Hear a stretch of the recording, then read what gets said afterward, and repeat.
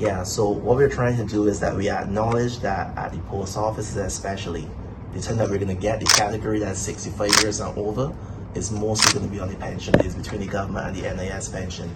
So us going from now all the way down to December is to accommodate as much pension days as possible. The intent here is that we don't put persons out to come to us just to pin, but we kind of get them in their daily commute.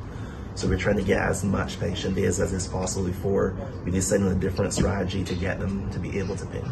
Right. So even if we look at what we project for the week, we started on a pension day. We were hoping to get a lot more numbers than that, and we don't expect we're going to see much of those from Tuesday to Friday.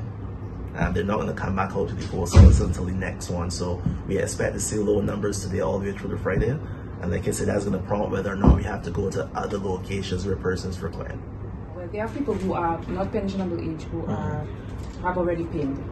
At what point will they be able to take advantage of using their card for bus services? Okay, so we don't actually anticipate that their first service is going to be the transport board bus service whatsoever. We actually believe that their services are going to start probably in the first quarter next year.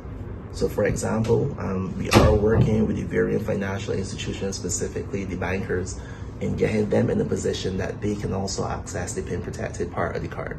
So we think that the financial services, or rather access to prove who you are, to get access to the product and service, is going to drive more traffic in that regard, especially because the concessionary rate category for the transport board, when it's not 65 and older, it's like students, police, and that's not our data set. We actually don't know who students are, who police are, so it's unlikely that the other persons, they're going to have to wait just a little bit.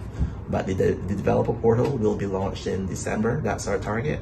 And the developer portal will have all the information and sample code, so anyone on the island will know what they have to do to be able to integrate with the card, read the PIN, and issue the product and service to the person. As it relates to